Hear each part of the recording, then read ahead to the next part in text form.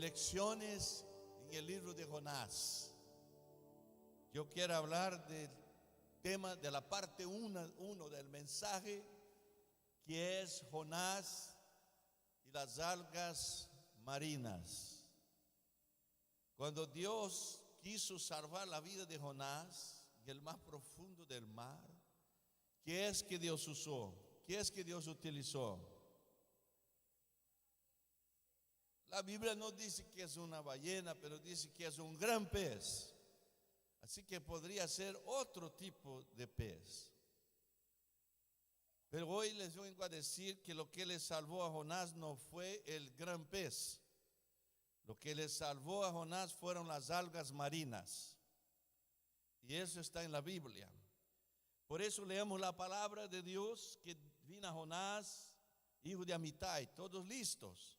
Les invito a que leamos en voz alta en nombre del Padre y del Hijo y del Espíritu Santo. Dice: la palabra del Señor vino a Jonás, hijo de Amitai. Anda, ve a la gran ciudad de Nínive y proclama contra ella que su maldad ha llegado hasta mi presencia. Jonás se fue, pero en dirección a Tarsis para huir del Señor. Bajó a Jope, donde encontró un barco que zarpaba rumbo a Tarsis. Pagó su pasaje y se embarcó con los que iban a esa ciudad, huyendo así del Señor. Pero el Señor lanzó sobre el mar un fuerte viento y se desencadenó una tormenta tan violenta que el barco amenazaba con hacerse pedazos. Hasta aquí la lectura de la palabra de Dios. Padre, oramos y te damos gracias por ese tiempo que nos permite estar en tu casa, por los que llegaron por primera vez, segunda vez. Te pedimos, Señor, que tú le hables profundamente a los corazones de aquellos que están presentes, pero también de manera especial aquellos que tú has planeado que se unan a esta porción de tu familia en la tierra, que nos reunimos en este lugar. Te damos gracias por el privilegio de estar en tu casa en ese día en que participamos de la cena del Señor. Gracias, Señor. Ahora envía tu palabra, envía profecía, revelación, sabiduría a cada uno de nosotros. Reprendemos toda distracción, reprendemos ese espíritu de inquietud que se apodera a veces de algunos, que no pueden estar sentados escuchando tu palabra, tienen que estar caminando, tienen que estar platicando, tienen que leer algo, tienen que estar en el teléfono, tienen que estar en redes sociales, tienen que estar saliendo y entrando. Eso no es de ti, Señor. Tú quieres que estemos asentados, quietos, escuchando tu palabra. Por eso, Señor, que toda perturbación sea reprendida en esta tarde. En el nombre de Jesús oramos y decimos amén. Pueden tomar asiento, gracias, hermano.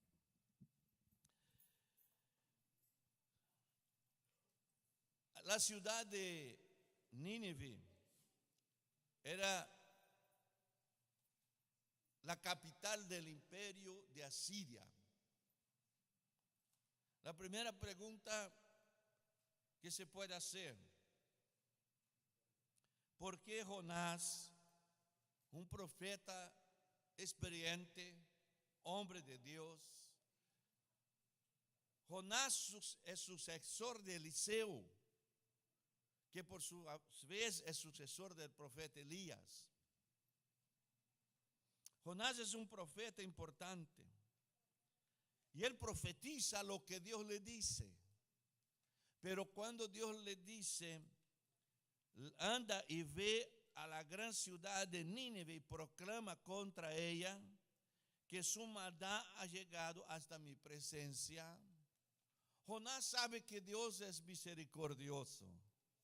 Jonás sabe que si la población de Nínive se convierte, se arrepiente de su maldad, Dios va a tener misericordia. Y él no quiere que Dios tenga misericordia. Él quiere que mejor le destruya ese pueblo. ¿Por qué? porque todas las naciones están aterrorizadas con la maldad, la crueldad de ese pueblo de Asiria. Ellos, además de pecadores corruptos, eran enemigos de Israel. Yo creo que ahí le entró el sentimiento patriótico a Jonás. Era una constante amenaza. Una ciudad de más de 120,000 habitantes, Nínive, grande en extremo para la época, con fuertes murallas, 1,200 torres de vigía, con centinelas en cada una de las torres. Las descripciones de los reyes de Nínive que están hoy en los museos, están hoy en las bibliotecas, dice que los reyes daban su testimonio diciendo, por ejemplo, yo, el rey de Nínive, entré a poseer tal ciudad y ahí le corté a pedazos 3,000 personas. Eso está registrado. A unos les corté las orejas, la nariz y las manos. A muchos soldados les dejé ciego, le quité los ojos. Y a las jóvenes, las muchachas, las quemé en holocausto a nuestro Dios. Imagínense. Ellos eran famosos porque al derrotar una ciudad, ellos cortaban las cabezas de los enemigos y las colgaban en las puertas de la ciudad. Todos están con miedo, todos están terrorizados. Y Jonás dice, no, de esa vez yo prefiero ser un cobarde muerto que un héroe vivo, invirtiendo. Y fue a huir. Él no huyó solo de su misión, él huyó de la presencia de Dios.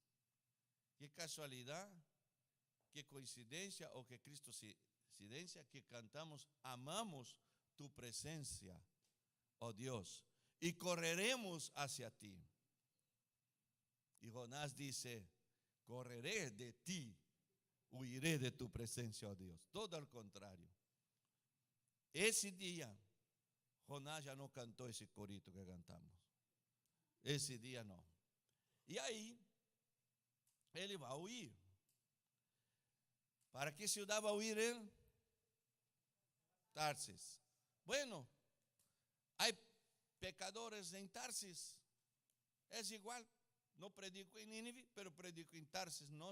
Uno tiene que estar donde Dios le ha puesto. Uno tiene que ir donde Dios le envía. Atención. Algo que aprendí después de muchos años de sufrimiento. Para cambiarme de ministerio, para cambiarme de denominación, para cambiarme de ciudad, para cambiarme de iglesia, yo tengo que tener autorización, permiso y bendición del Señor. Y muchas veces esa bendición pasa por una figura de autoridad, que es el pastor de la iglesia. Ahora, voy a empezar con algunas lecciones y trataré de ser breve. Tuve que contenerme. Hay como unas 20 lecciones. Digo, no, por lo menos a ver si me alcanza para 5. Primera lección.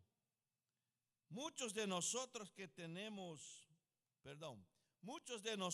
tenemos más disposición para ir a Tarsis que para ir a Nínive.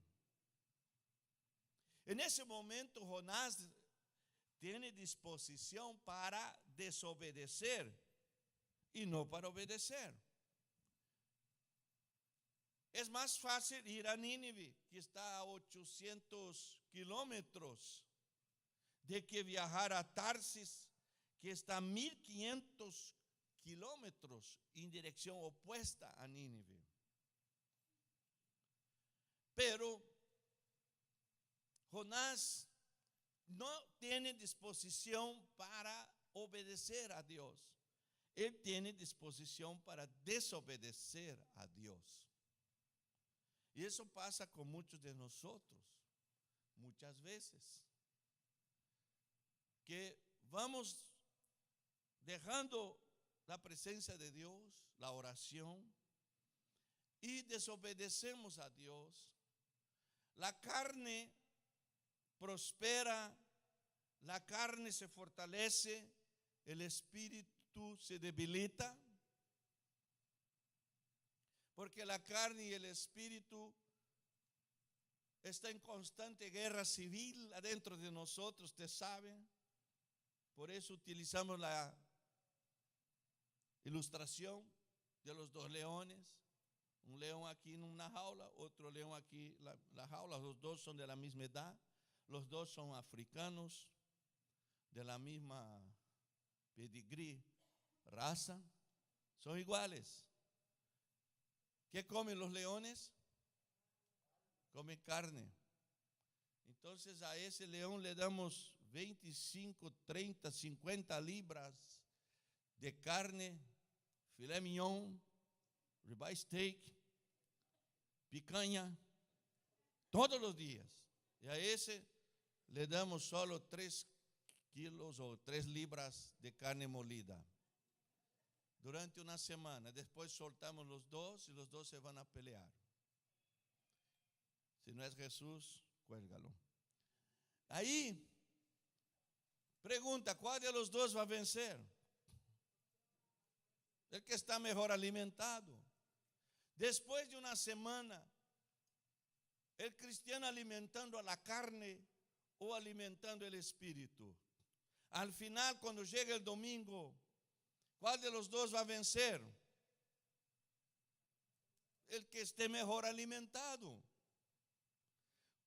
Por eso que hay cristianos que no lograron llegar hoy. Les entró una disposición para desobedecer más fuerte que la disposición de obedecer. Y algunos de nosotros aquí, yo profetizo que tuvimos luchas ayer y quizás hoy mismo y casi no hemos venido. Pero gracias a Dios que usted venció. Usted venció la disposición de desobedecer. Hay muchos Tarsis por ahí. Hay muchos lugares donde usted podría ir, donde podría estar ahora. Incluso en compañía de seres queridos suyos que también no quieren venir a la casa del Señor el domingo. Había muchos Tarsis, muchas opciones. Pero gracias a Dios, que por su gracia, su misericordia, tuvimos la disposición de obedecer más fuerte que la desobedecer. Y por eso ahora estamos en la casa de Dios. Celebra victorioso. Alábale, dale gracias. Victoria, victoria, victoria, victoria.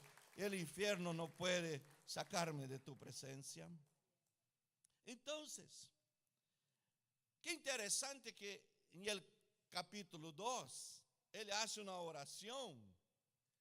Y en esa oración, él demuestra, Jonás, que sabe de muchos salmos. Porque él menciona el Salmo 65, el Salmo 42, el 31, el 69, el Salmo 16 y el Salmo 3. Pero él se olvidó del Salmo 139, que dice, ¿para dónde huiré de tu presencia?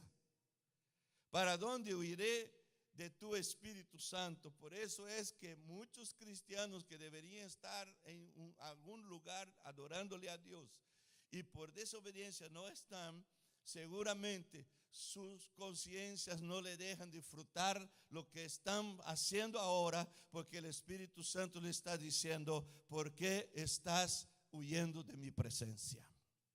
Lección número 2. No todo lo que funciona es correcto.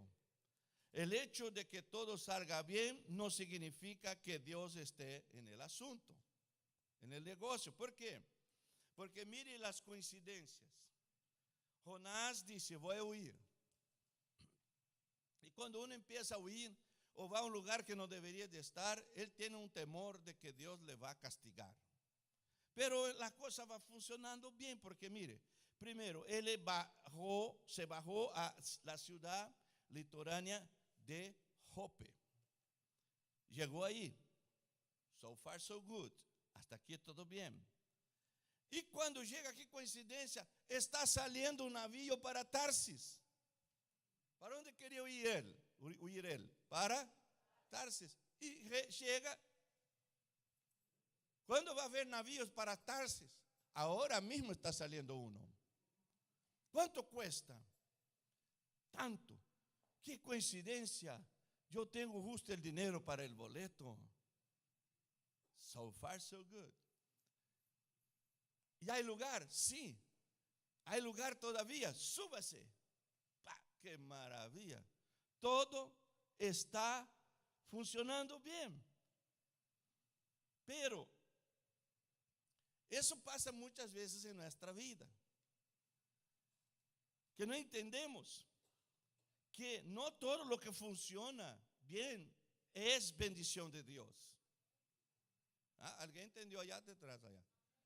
No todo lo que funciona bien significa que Dios está en el asunto. El cristiano necesita discernimiento.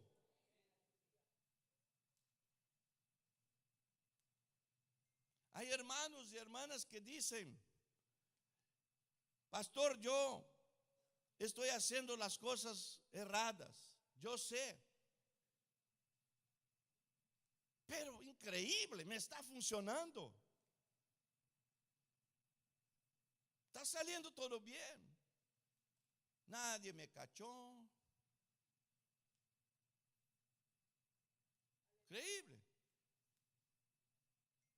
La policía me encontró, pero me soltó, me dejó ir libre. Mire, está todo bien.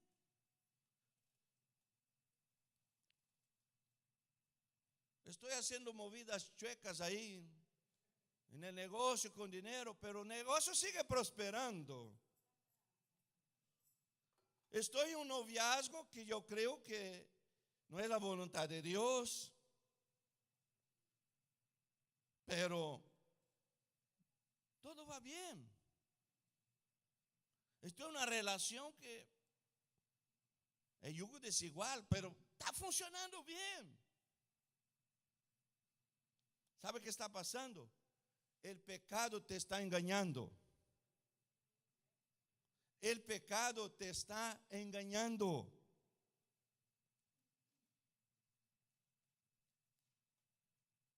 Alguien dijo que Dios no paga cada 15 días, pero Él siempre paga. Alguien dijo que Dios es bueno, pero Él no es bueno para que podamos ser malos. Pero por otro lado, hay cristianos que dicen: estoy haciendo todo cierto, estoy haciendo todo bien, he sido fiel, pero todo me está saliendo mal. ¿Qué pasa aquí? Dios te está probando. Si está haciendo cosas movidas, chuecas, malas, y va bien, el pecado te está engañando.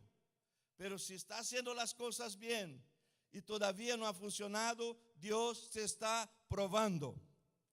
Pero si usted tiene un poco de experiencia en su relación con Dios, usted ya sabe.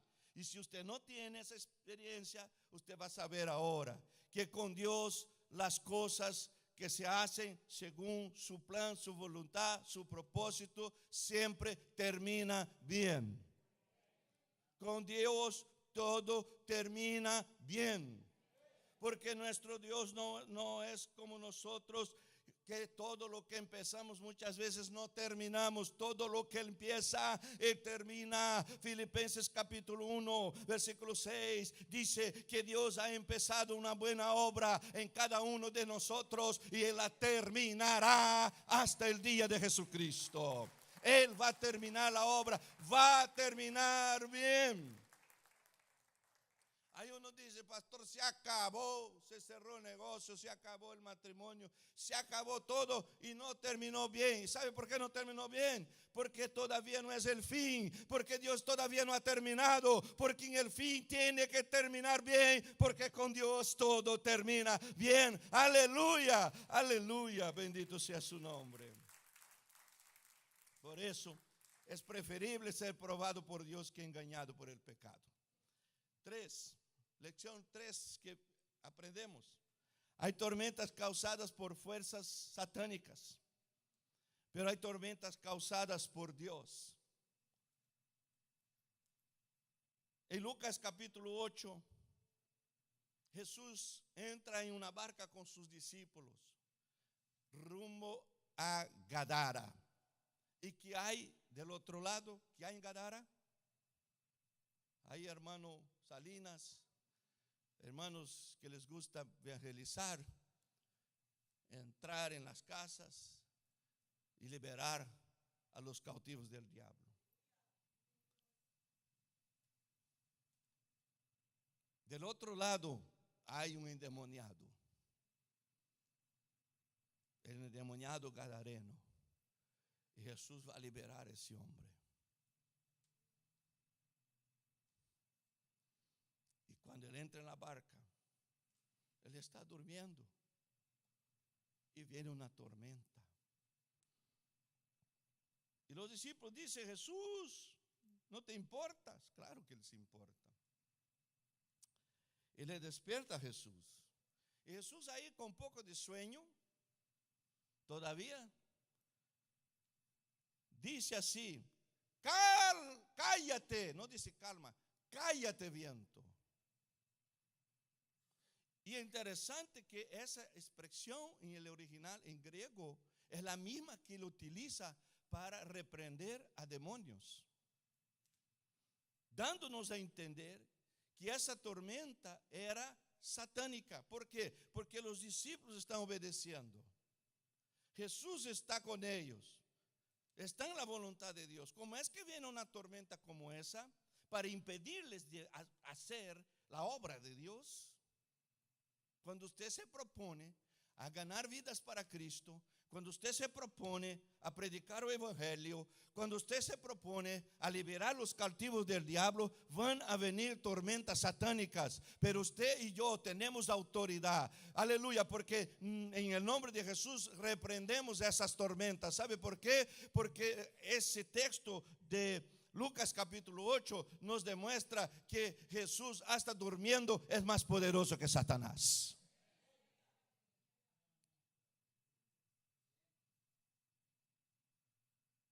Reprendió. Pero hubo otra tormenta en que Jesús dice, van a Betsaida, y los discípulos cambian el rumbo de la barca y van a Capernaum. No sé si querían descansar ahí en la casa de Pedro, no sé. Yo sé que vino otra tormenta y Jesús no estaba en la barca. Entonces esa tormenta no es del diablo, esa tormenta es consecuencia de la desobediencia. ¿Ve qué diferencia? Pero lo que quiero decir es que cuando Jonás está en esa barca, ¿qué pasa? Viene una tormenta. ¿Y esa tormenta era del diablo o era de parte de Dios? De parte de Dios. Entonces es decir que hay tormentas que son causadas por fuerzas satánicas cuando estamos en obediencia. Siempre que usted va en la dirección cierta, va a haber tormentas de parte de Satanás. Pero siempre que usted como cristiano va en la dirección equivocada, va a haber tormentas de parte de Dios. Y así es la vida del cristiano, de tormenta en tormenta, de tormenta en tormenta. Si usted está en una tormenta, pronto se va a salir de esa tormenta. Si usted no está en ninguna tormenta, I'm sorry, pero pronto vas a entrar en una tormenta. Lo que pasa es que Dios nos va a dar victoria en todas las tormentas. Aleluya, Jesucristo es el Señor de las tormentas. Él es Señor de la naturaleza, Señor de nuestra historia, Señor de nuestro destino, Señor de cada hombre, Señor de la iglesia, Señor tuyo, Señor mío, Señor del universo, Señor del cielo, Señor de la tierra, en el nombre de Jesús. Ahora, lección número 4. No hay peor situación que cuando Dios usa a un no cristiano. Yo no supe cómo escribirlo bien, pero a usted lo interpreta ahí. No hay peor situación de que cuando Dios usa a un no cristiano para darnos una lección moral. Porque Jonás entra en el navío y va ¿cómo se dice ahí? A la parte, al sótano. Va a la parte de abajo del navío y empieza a dormir. Y los marineros arriba están desesperados. Y la Biblia dice que ellos empezaron a orar cada uno a su Dios, porque cada uno de ellos tiene un Dios que controla los mares. Ahí, el capitán del navío, dice versículo 6, el capitán del capítulo 2, el capitán del barco se le acercó y le dijo: ¿cómo puedes estar durmiendo? Levántate, clama a tu Dios. Allá en su ciudad Dios le dice: levántate y ve a Nínive predicar. Y él desobedeció. Ahora viene el impío, viene el no cristiano y le dice: levántate. Qué vergüenza. Y clama a tu Dios, porque es el único que no está orando. Quizás se fije en nosotros y no perezcamos. Qué vergüenza cuando el cristiano se aparta de la presencia de Dios y llega uno que no es cristiano y dice: tú no eres de la iglesia, tú no eres cristiano. ¿Por qué estás ahí impotente? ¿Por qué no haces nada? ¿Por qué no dices nada? ¿Por qué no levanta una oración? Qué vergüenza. Y uno dice: es que estoy caído, es que estoy desviado. Ay, ay, ay. Eso es lo más vergonzoso que puede pasar. A mí me ha pasado en los años de mi rebeldía y mi juventud, en que un señor que era budista me reprendió y dice: ¿por qué te saliste de la iglesia? Yo pido a Dios que me enseñe su camino. Me gustaría que alguien me llevase a una iglesia cristiana, y ahora que tengo un amigo cristiano, usted me dice que está caído espiritualmente. ¿Qué estás haciendo? Vuelve a la iglesia. Ay, Dios mío, santo Dios. Ya no tuve el valor de tomar ni fumar en presencia del Señor más. Qué vergüenza. Pero esos mensajes me llevaron de regreso a la presencia de Dios. Jonás no ora. Ni cuando el capitán le dice: levántate, él se levantó y se reunió arriba y miró la tormenta. Él no ora. Hace tiempo que él no ora. Todos están orando menos él. Y preguntan: dinos ahora, ¿quién tiene la culpa de que nos haya venido este desastre? 4 preguntas. La otra es: ¿a qué te dedicas? Pero él no contesta la primera ni la segunda, porque él está avergonzado.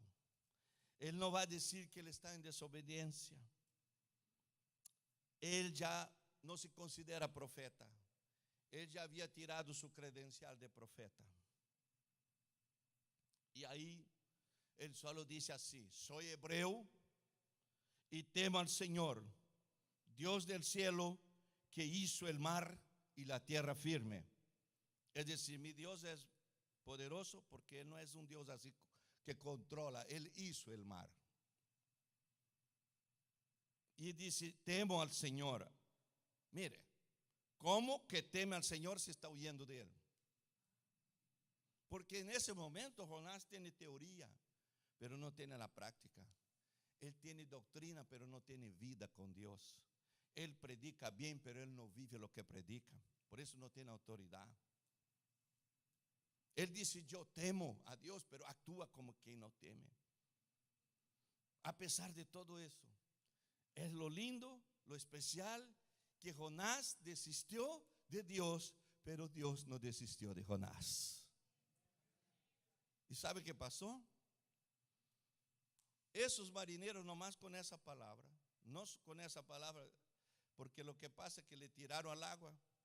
Y cuando le tiraron al mar para que saliera la maldición de Dios, de ese Dios hebreo que nos conocía, se paró la tormenta, cesó la tormenta inmediatamente. Entonces ellos decían, wow, si es cierto, dice la Biblia que oraron al Dios de Israel, hicieron votos. Entonces podemos imaginar que cuando llegaron a Tarsis, ya esa nueva congregación empezó a predicar. Dios es tan maravilloso que aun cuando estamos caídos, Él nos puede usar para ganar almas para Jesús. Mire la misericordia de Dios. Dios es tan bueno que convierte la maldición en bendición. Dios es tan bueno que convierte las tinieblas en luz. Dios es tan poderoso que todo contribuye para el bien de aquellos que le aman. Ahí bueno, viene la quinta lección. La respuesta a tu clamor, hermana y hermano, es anterior a tu clamor. ¿Usted entendió? Yo cuando escribí entendí, ahora no estoy entendiendo bien, pero voy a tratar de explicar. La respuesta a tu clamor es anterior a tu clamor. Yo lo escribí así para que usted ponga atención. ¿Por qué? Cuando es en el capítulo 1 dice la Biblia que Dios preparó un gran pez, que posiblemente no era una ballena, porque dice que la ballena, su cuello es muy estrecho y no puede pasar un hombre por ahí, pero hay otros grandes peces que sí puede caber un hombre adentro. Incluso hay casos de pescadores que fueron tragados por peces así. Hay uno que se llama cachalote, algo así, y él se tragó un pescador enterito. Y ahí, ¿en qué capítulo dice que Dios le preparó un gran pez? Capítulo 1. Pero ¿cuándo es que Jonás ora? En el capítulo 2. Jonás no había orado. Y más, le adelanto, Jonás no oró cuando le tiraron al agua. Jonás empieza a hundirse y no ora. Jonás toca fondo y ahí clama. Pero la oración del capítulo 2, Jonás la hizo cuando estaba adentro del pez. Pero a pesar de que él todavía no ha clamado, Dios ya le preparó el gran pez. ¿Qué quiere decir? Que antes que usted clame, Dios ya tiene la solución preparada. Entonces, ¿por qué tenemos que clamar si Dios ya lo tiene listo? Porque la oración, repita después de mí, diga así, la oración es la materia prima del milagro. Sí, la oración es el gatillo que dispara el milagro que ya está listo. Ya está listo, pero ¿dónde está? En el cielo. Entonces la oración es la llave que va a abrir la ventana del cielo y la bendición va a caer sobre nosotros. Bueno, entonces, eso nos dice que antes de él pedir ayuda, Dios ya tiene el pez preparado. Voy a pedir que diga a una persona que está a su lado, si usted tiene confianza con ella de decirlo, diga así, Dios ya te preparó el pez. Voy a decir, Dios ya te preparó el pez. Es decir, Dios ya te preparó el pez. No es el pez del almuerzo, es el pez de la respuesta de Dios. Es decir, usted está clamando, usted está orando, usted está llorando, usted está reclamando y hasta muchos ya están adorando y Dios ya tiene la respuesta preparada. Por eso no desista de orar, no desista de esperar, no desista de clamar, porque ya la respuesta está preparada. Muy bien. 2 lecciones más. Si usted no ora para que Dios cambie las circunstancias te llevarán a la oración. Si usted no cambia las circunstancias a través de su oración, las circunstancias le van a cambiar a usted. Ahí usted va a orar, pero ahí va a costar más, ahí va a costar más caro, porque se tardó mucho. Por eso es mejor orar antes de que después. Amén. Ahí vamos al último, lección 6. ¿Por qué a veces es necesario tocar fondo? ¿Por qué? En el capítulo 2, versículo 1, Jonás ora. Entonces Jonás oró al Señor, su Dios, desde el vientre del pez y dijo: y en mi angustia clamé al Señor, y Él me respondió. Desde las entrañas del sepulcro pedí auxilio, y tú escuchaste mi clamor. A lo profundo me arrojaste, al corazón mismo de los mares. Las corrientes me envolvían. Todas tus ondas y tus olas pasaban sobre mí. Y pensé: he sido expulsado de tu presencia. ¿Cómo volveré a contemplar tu santo templo? Las aguas me llegaron hasta el cuello. Lo profundo del océano me envolvía. Las algas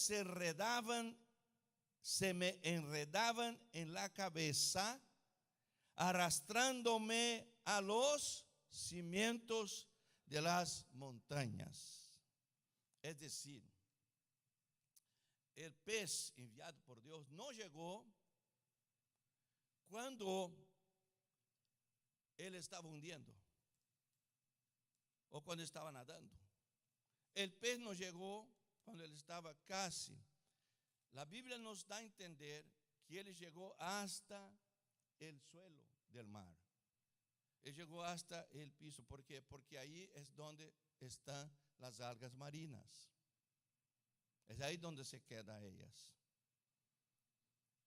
Y ahí cuando él toca fondo, aparece el pez. Y es interesante que ese tipo de pez, él sube a la superficie para agarrar oxígeno y después baja. Es decir, que mientras Jonás está hundiendo, el pez está subiendo. Mientras Jonás está hundiendo, el pez enviado por Dios ya está agarrando oxígeno, porque Jonás va a necesitar oxígeno. Y cuando él toca fondo, el pez se baja lleno de oxígeno para recogerle al siervo de Dios. ¿Quiénes sabemos que Dios todo lo hace perfecto? Por eso le digo, la respuesta es anterior a la oración. Ahí, en ese momento, él está enredado en las algas marinas. Ocurre que la mayoría de las algas marinas son tóxicas. ¿Y qué producen las algas? Calambres abdominales, náuseas, diarrea, vómitos, si se ingiere sin que se trate las algas. ¿Y por qué sabemos que está en el fondo? Repito, porque está enrollado en las algas marinas. Y él ya está perdiendo los sentidos. Él aguantó firme, pero se le acabó el oxígeno, porque en el versículo 7 él dice: al sentir que se me iba la vida, me acordé del Señor. Entonces, ¿qué pasa? Mire la sabiduría de Dios. El gran pez lo tragó. Y vino el gran pez con un cuchillo y un tenedor y dice: déjame quitar las algas para que no me hagan daño. ¿Lo hizo? No. No hace eso. Se lo tragó con las algas y todo. Por eso digo, ¿qué provoca las algas? ¿Qué es que esas algas provocaron en el gran pez? Primero, retrasó la digestión. Segundo, más adelante le causó náuseas y vómitos. Por eso le vomitó a Jonás. ¿Entendieron? Oh, aleluya. Eso es muy profundo. Espero que usted lo esté entendiendo. Por eso él tenía que tocar fondo, porque necesitaba ir con las algas para adentro. Todo fríamente calculado por Dios. No, amén, porque bueno, ahora yo iba a decir amén, pero ya no voy a decir. Todo amorosamente calculado por Dios. Y ahí, usted pregunta, ¿por qué es que mientras más clamo, más me hundo? Respuesta, porque Dios está esperando que toques fondo, porque son esas algas que te salvarán. ¿Por qué, pastor? Porque hay situaciones que tienen que empeorar para que pueda mejorar. ¿Sí o no? Voy a pedir que se ponga de pie en presencia de Dios. Hay situaciones que tienen que empeorar ahora para mejorar después. Entonces no se confunda, no se precipite en tomar decisiones pensando que Dios nunca va a contestar. ¿Cuántos años ya se pasó y usted no tiene solución de ese asunto, de esa petición, de ese problema, de esa angustia? ¿Cuánto tiempo? 5 años, 10 años, 20 años. Yo tengo oraciones que las estoy orando hace 45 años. Y confieso que un día ahí en la capilla estaba orando por un ser querido mío. Y en ese momento me acordé de unas palabras que me dijeron. Alguien me dijo así: yo ya no oro por él, porque él eligió su camino. Él resistió al Espíritu Santo. Él apostató de la fe. Y esos pensamientos me entraron. Y yo dije: ¿sabes, Señor Dios? Ya no voy más a orar por esa persona. Él tomó su camino, tomó su decisión. En el nombre de Jesús termina esa oración. Amén. Y me paré. Y cuando me paré, que iba saliendo de la capilla, yo estaba solo ahí orando ese día. Aleluya. El Espíritu Santo me habló y dijo así claramente: ¿estás diciendo que hay algo difícil para mí? Es porque para mí no era imposible, pero era muy difícil. Yo corrí de regreso a la silla, me arrodillé otra vez y dije: no hay nada difícil para ti. Por eso vuelvo a la oración y clamo por la salvación de esa persona. Volví a orar. Yo sé que algunos hemos desistido de orar por ciertas cosas, porque ya se pasó mucho tiempo. Ya no hay solución. Mentira del diablo. Usted tiene que tocar fondo, pero ya toqué fondo, tú no sabes. Todavía va bajando. Pero ¿por qué, pastor, entonces que Dios permite eso? ¿Sabe por qué? Voy a decir por qué. Porque Pedro, cuando está en la barca y viene la tormenta, y él dice: si eres tú, Jesús, dígame que vaya a tu encuentro. Y Jesús dice: ven. Y él va caminando. Pero cuando él siente que aflojó el piso, cuando él siente que ya el tobillo ya empezó a entrar el agua, él dice: Jesús, sálvame.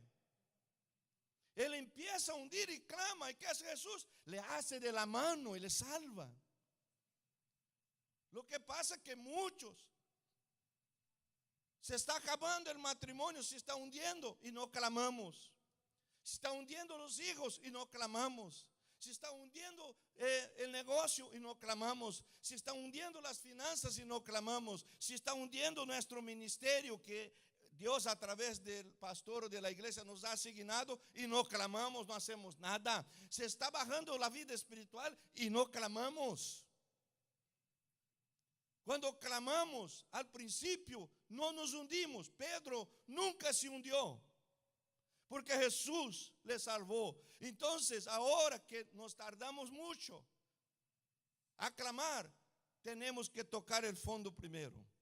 Pero cuando toquemos el fondo, ya las algas están ahí. Y esas algas va a ser con que Satanás y con que el enemigo nos vomite. Y vamos a regresar a la presencia de Dios con vida y salud para darle honra y gloria para siempre. Aleluya. Por eso. Va a empeorar porque la gloria va a ser grande.